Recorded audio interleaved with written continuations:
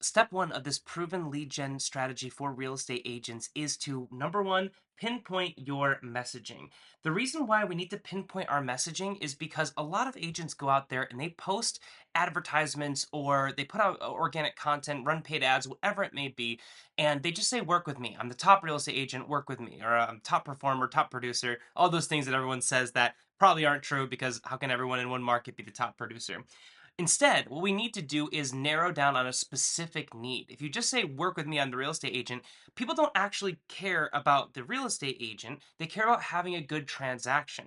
So, what you want to do instead is pinpoint exactly what thing you want to help them exceed at. And if you can pinpoint that strategy, you're going to have far better responses. And I'll give you a great example.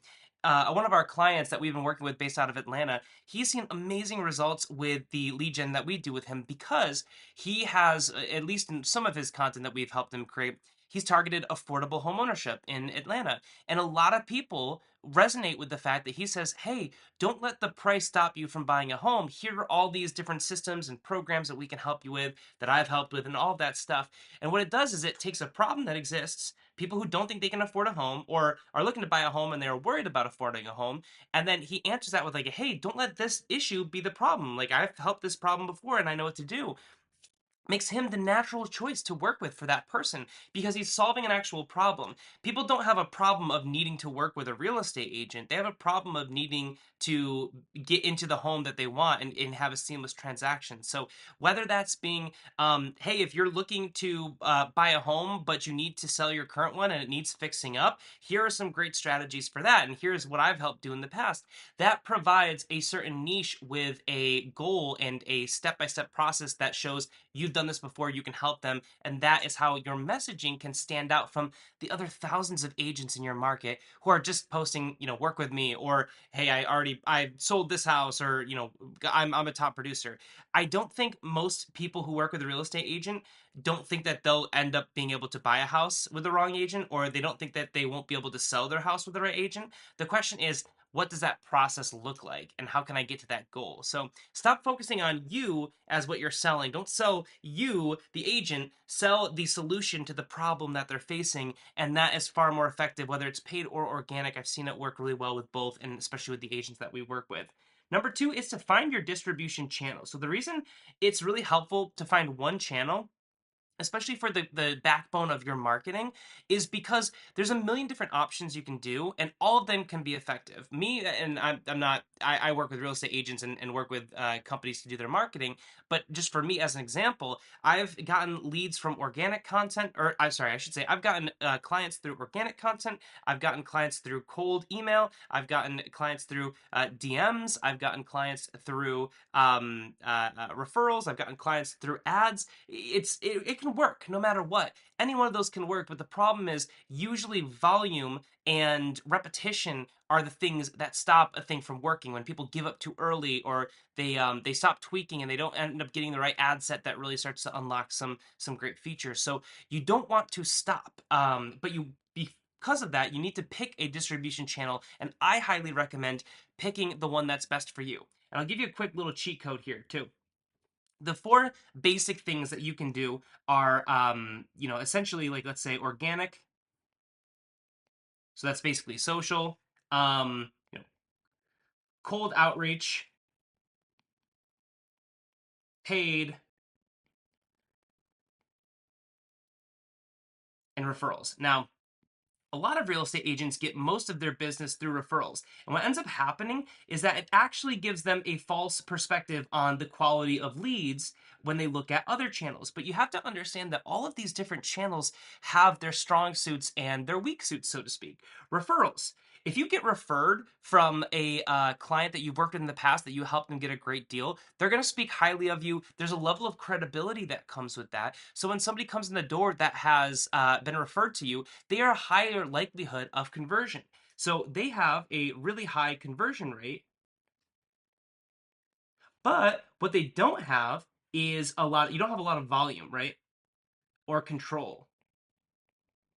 There are things that you can do to incentivize your past clients to refer you. And this video is not to jump into that, but essentially, you still have a maximum limit. There are only so many times one person's going to refer you, especially in a given month or year, right? They might refer you once a year to somebody, but then you can cap out there, right? Whereas some of the other strategies, you don't have a cap. So cold outreach, right? This is really beneficial because we have a lot of volume. There's really nothing stopping us from cold calling, from door knocking, from doing all of these different things that can get us in front of new people, right? But it's kind of the opposite because it has a low conversion rate. It's also like referrals, unless you give some kind of a discount, which in real estate, I'm not really sure you can do that. So either way, you're probably getting free leads this way. But again, low conversion rate for cold, but high volume, so to speak. Um, Now, organic content, this is great because it's really great for scalability. If I can spell. I think that's close enough. It's really great for scalability, but the problem with organic is that it is really slow. So that's down, but that just means that I guess I should say it takes a lot of time. So I guess there should be an up arrow. But it takes a lot of time to start to build this up, right? You have to be consistent. You have to make tangible efforts. You can't just like have an auto posting platform. It just doesn't work. You need to be putting content out there, seeing what's working, doubling down on the things that are working. Great example of this for my own business. I'm doing a deeper dive into organic. I've done a lot of paid recently. And I see a lot of people say, "Hey, I want more lead gen videos for real estate agents." So this is me doing that in the flesh. But organic takes a lot of time, especially to start to get like really tangible, like paid results. There, it can also be a little bit harder to track. When I say paid results, I meant clients specifically from organic. Now, paid is fantastic for a lot of reasons, right? You can have a lot of control.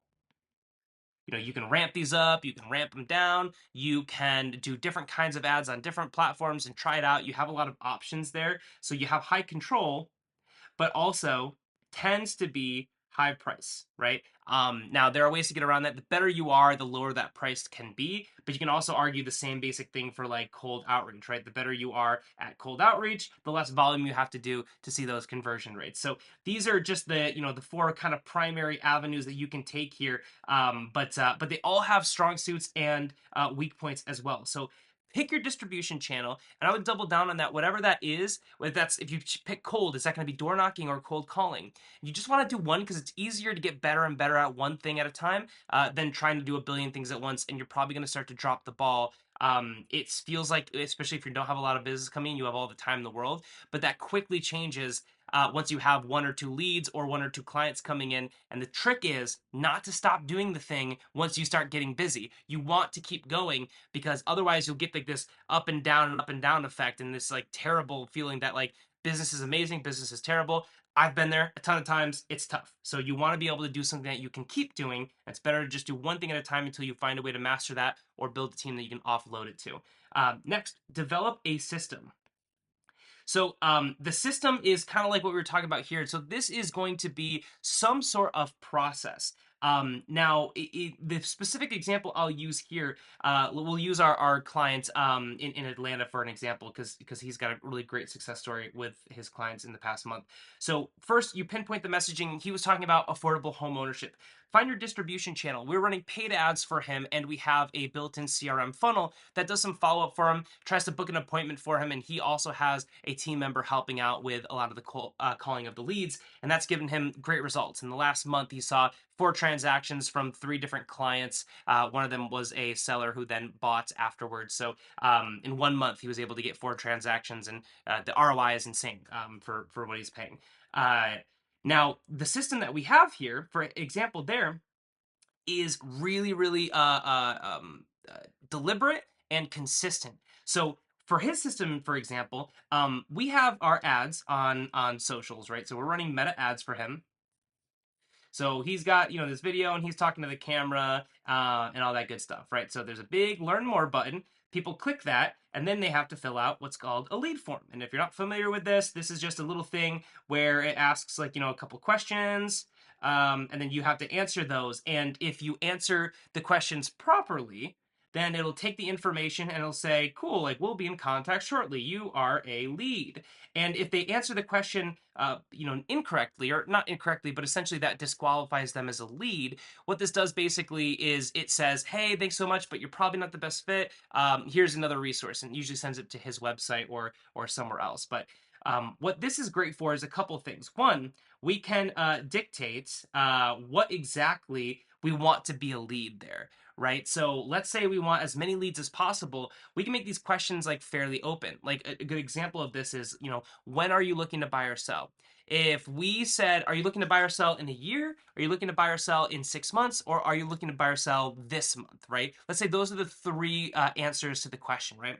If they say we're looking to buy immediately or this month, then awesome. That should be a lead in pretty much every respect, right? But then the second question, if they say I'm looking to buy or sell in 6 months, that is where we can say some leeway. We can be like, well, do we want to consider them a lead? Do we want to work that lead, or do we want to disqualify them? That's where we can be more picky. If you have a lot of leads coming in and you don't have in limited time to follow up with them, or a team that's just chomping at the bit to follow up with these leads, then it's like, well, maybe it makes sense to not have that many leads, and just have a few so I can really concentrate on like the super high quality ones. I'll get less leads, but they will all be a higher intent level, or at least closer to the transaction line for me.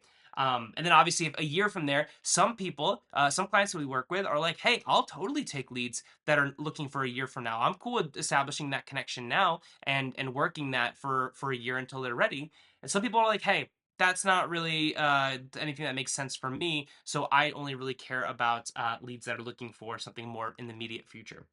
That's just one example. We usually have 3 to 4 different questions that qualify them, and if they qualify perfectly, then they become a lead and they go into our CRM system here. Now we build out a system in Go High Level for our clients. Obviously, a lot of agents have different CRM systems, but essentially, what ours looks like is as soon as they come in as a lead, immediately I get a text. So I get a text just to notify me, so I'm in the loop here. The agent gets a text and email with all of the answers that they have written here. So, like, if the lead says, like, oh, I'm looking to buy or sell immediately, and I'm looking in this budget range, and I'm looking to sell or I'm looking to buy, all those answers are in there so that the agent has all that information immediately, right?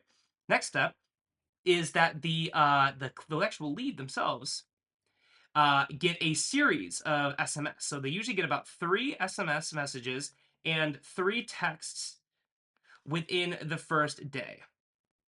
And then, we have multiple days where we're following up with them more and more and more. But the key there is volume. Now, you want to do the right language there because you can easily piss off people if you just start sending a ton of text messages their way. You definitely don't want to overdo it and you want to space it out. And by the way, if they respond, then it shuts off the system so that it's not just like they're like, hey, stop telling me to do this thing. And it just keeps sending, hey, book your time. But essentially, this is trying to get the client, or the lead, I should say, to book a call. And this is just a time, they just pick in an wide open calendar a time for them to chat with the agent in the next like couple days, right? And so, or really in the next day or two. And so when they do that, they pick a time. And what's cool about that is even if the agent isn't available for that time, it's okay because it just shows that there's a level of commitment. And then I can bring it to the agent and say like, hey, are you available this time, or can you make it work? Because this lead's hot and like they're looking to talk. And if they say, oh yeah, I can make that work, and they can change their schedule. And if not, we'll just say, hey, thanks for booking this time. Actually, the agent is busy at this time, so let's book another time for you. But it just shows a level of intent that is kind of getting them to the next step, right? They're ready to have the conversation. Now, what's happening on top of this, because SMS is great and email is great. I just realized I wrote text here, but this should be email.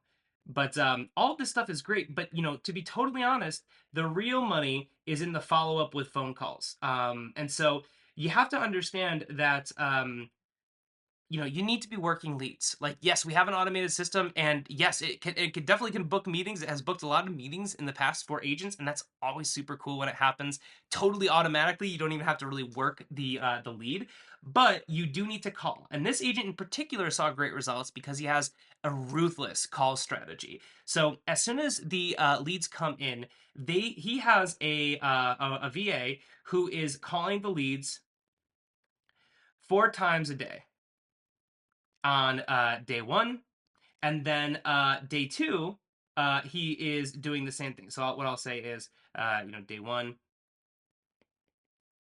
Day one, he's calling. The VA is calling, and by the way, the agent is also calling too whenever he gets a free moment, but he does get quite busy. The next day, the DA is calling, or the VA, excuse me, is calling another four times. And then as time goes on, they start to reduce that, but they still end up calling for the next 8 weeks. They're still reaching out. The agent is also reaching out. So you're talking about, dozens and dozens of calls going out to this lead, reaching out, being like, hey, like, when's a good time for you to speak to the agent? Or hey, what's your goal here? Or hey, it said you're looking to buy. Is like, is it all right if we share with you some, homes that we think are interesting? And all of these different lines that are honestly just really good to test and see kind of what the responses are. But you one get a strategy that you can see a lot of people respond positively to this, and they respond not so positively to this. So let's focus on the first thing, and then you just get that volume. And what this really just does is it negates the chance that a lead will not talk to you because they didn't hear from you or because you weren't present. And I think we always underestimate how long it can take to get on the phone with someone who expressed interest in talking with you and wants to work with you. We really underestimate how often it happens that when you call somebody, they're busy or they're at work or they're at a kid's basketball game or they're driving around and they remember you and they want to call you and they forget and life gets in the way and you are not a big blip on their radar, and it's tough because they are a huge blip on our radar. So you have to keep that in mind and you have to keep reaching out to leads. I have some leads for my own business that I've been reaching out to for 2 months, and I have a couple guys who are probably going to close this week, even though we probably first started talking 3-4 months ago. So it's a huge part of the business, and you have to understand that in any sales-based role, that's just kind of the nature of the game. But that is your system. You have to have that system built up, and you have to stay consistent with it. Now, the next is perfect tools and automate. So I told you about how we use this CRM here. Automation is awesome, but just keep in mind that it's just not able to replace the actual like boots on the ground marketing that you have to do, and outreach that you have to do, sales I should say, to get the lead across the line. Now you could just rely on automation and that could generate business, but you're probably not going to see nearly the growth as you would if you also implement some manual calling, some manual outreach, and all that good stuff. So automation and tools. So obviously a CRM, if you don't have one, by the way, link down below for Jarvis Social Manager. It's a tool that we're working on. It's still in its infancy, but it's got a lot of things in there, and there's instructional videos on how you can kind of use it. It's really cool. It's a huge money saver. You can get the first 2 weeks free, but it replaces like tools that would cost you $1,000 altogether. So I'm a huge advocate for it, and obviously I'm biased. So keep that in mind. But the CRM tool is massive. Of course, you need to have some sort of SMS and email deliverability. But if you can also automate those, then that's really cool too, because you can get some messages and you can have some scripts in there that are basically like, hey, first name, I saw you respond to this, and you can build out a lot of that just so that it keeps you fluid, it keeps you moving even when you're not able to get to the phone immediately. And there's like a lot of things in the whole system that you can automate. And by the way, it really helps. I actually personally love to automate things for myself before like a sales call. And so I like to send things to myself, like resources and all of these things, before a sales call is booked, because I know that like 5 minutes before a sales call, if I get a message that reminds me of X, Y, and Z, I'm more likely to actually do that thing, and that's going to help my business. And so it's not even just for the lead to automate them and to get them to show up and all that kind of stuff and to get them booked. It's also for you as well. So keep that in mind.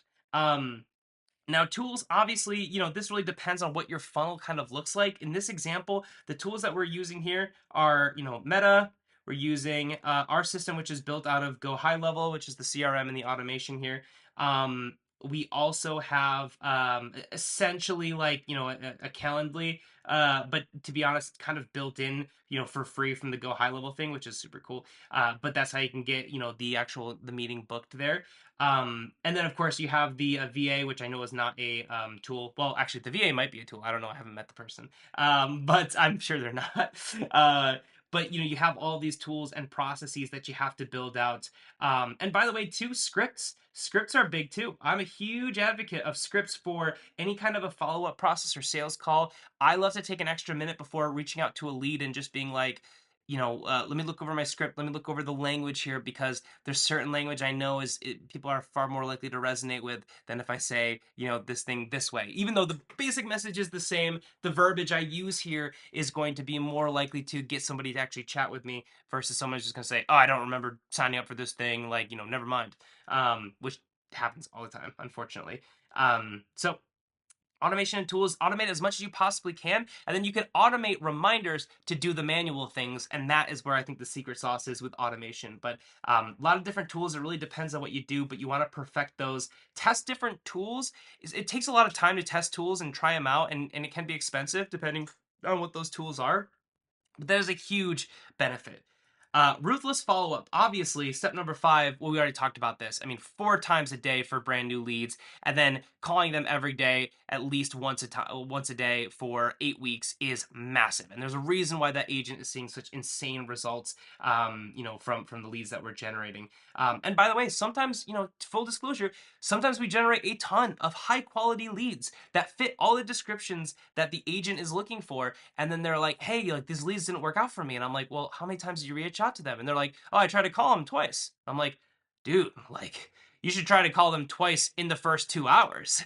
It is insane. But that's just what needs to be done. And that's the big difference that a lot of people, if they're coming from only relying on referrals, that you only have to call that lead twice to get them to actually pick up the phone.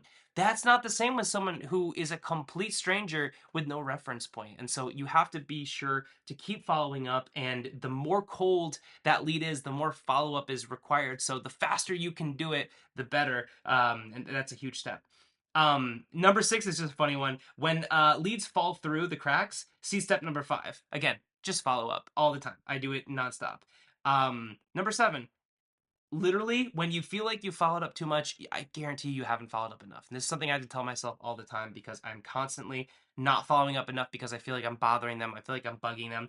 But I have some people who I've reached out to over and over and over again, sent them tons of text messages, tons of emails, called them multiple times. And then I had a good example of someone we talked to like 3 months ago, who I called them and they picked up the phone. And actually, this was a text message, and they responded. They're like, oh, yeah, I'd love to hear this. I'm super interested. I'm back from vacation in like 3 days. Let's figure out something then. So high intent, like they're excited. They want to work with us. They want to hear what we have to say. But life got in the way. So you need to eliminate the chance that circumstance is going to get in the way between you and actually talking to the lead. Know your stuff. That's obviously really big. You don't want to spend all this time following up over and over again and not know what you're talking about. When our client has this affordable home content that he's putting out there, and leads are responding to that, and they're obviously they're looking for him to help solve that problem for them so that they can afford the kind of home that they're looking for. He obviously needs to know about these programs. He needs to know about affordability in the area and what kind of things that they could qualify for and how to qualify for those things so that they can get the best deal and get into the home of their dreams, despite their budget. So you need to know that, and obviously if you're fitting into a certain niche, that just means all the more so. I mean, if you advertise you can help somebody, with let's say DIY repair, and help them get their home renovated before selling, and then you get there and you're like, yeah, I don't know any contractors, or I don't really know what you're supposed to do here. I don't really know how to get the most equity. They're gonna be like, what the heck, dude? You told us this is your whole deal, and now you're not able to provide. So you need to be able to provide whatever you say that you are going to help them with. Of course, it sounds obvious, but you'd be surprised how many times people focus so much on getting the lead to show up that once the lead shows up, they're like, what do I do? Um, Now, the last thing, and this is an important step that I've learned recently, nothing lasts forever. You have to keep testing. So I have had ads that have killed it for 1 or 2 months. And then I'm like, man, these are awesome. I'm going to keep using them. And then guess what? After 3 or 4 months, For whatever reason, a lot of people see them. You get ad fatigue, which is a real thing, and basically people see an ad so many times it stops registering. It stops, really popping up in their mind or getting them to stop the scroll because it feels like the familiar. And so you have to keep testing new things, and it's really important that you, of course, double down on what's working, but you're always leaving a little bit of room for testing the next thing because eventually, whatever you're doing now will probably stop being as effective. So you want to be prepared for that. You don't want to suddenly have all of your systems no longer working because you didn't really prepare for change. And change is inevitable, so it's a huge thing that you have to be wary of. But I hope that was helpful. If you have any questions, let me know. I'd love to make more videos about what you guys find value with, and of course, links down below if you're interested. I'll talk to you later. Bye.